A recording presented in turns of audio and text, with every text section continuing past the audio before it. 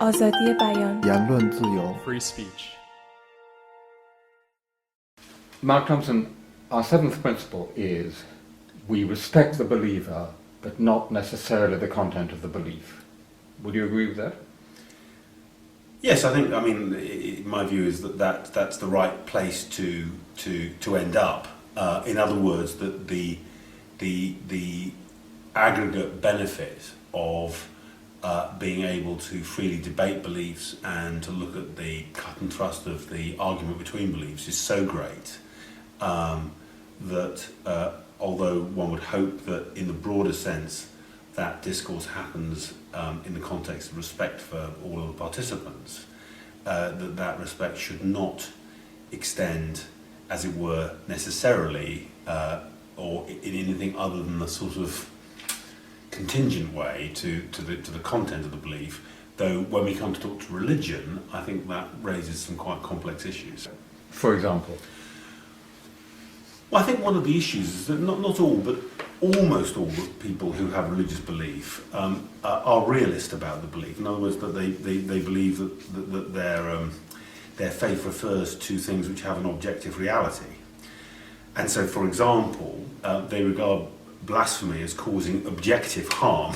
So it's not just that a blasphemous statement or act would, in quotes, hurt their feelings or anger them because it went against their opinions. It would do actually objective harm, that offending or an act of sacrilege against the Godhead or a religious figure actually creates harm in the world, as it were, and might be as heinous or more heinous than harm to a human being. But a liberal, multicultural, open society can't accept that as its premise. No, well, I think just so, but I think you have to be quite careful here. In other words, there isn't actually agreement between a secularist and someone of religious belief necessarily on the status of a speech act or a depiction, and whereas one might say, well, it's clearly in the realm of one sort of expression, just like every other. For the person of religious belief, it might be much more weighty than that. And I think that the reason, although I do accept the principle you've outlined, I think you have to tread really quite carefully and sensitively, is because of the character.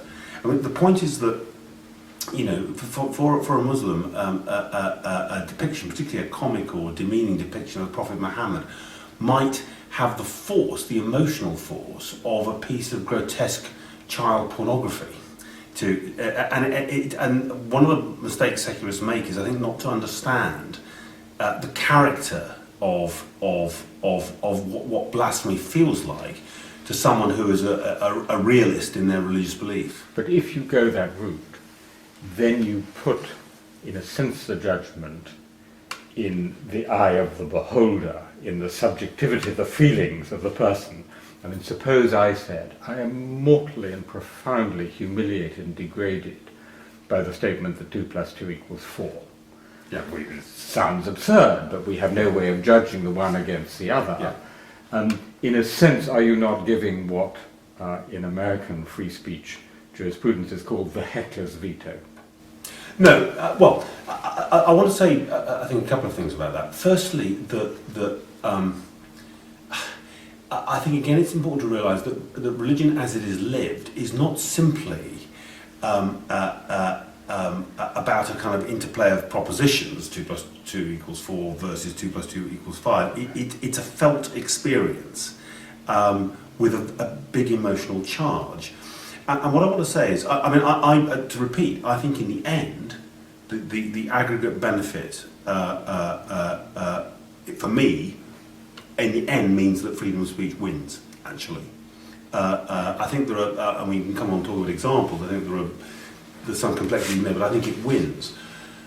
What I want to say, though, is that the kind of constraints that most people accept around racial hatred, the fact that it may be that in certain cases, certain forms of expression or certain forms of depiction may be outlawed because of the way in which they go to racial hatred and potentially the promotion and incitement of racial hatred.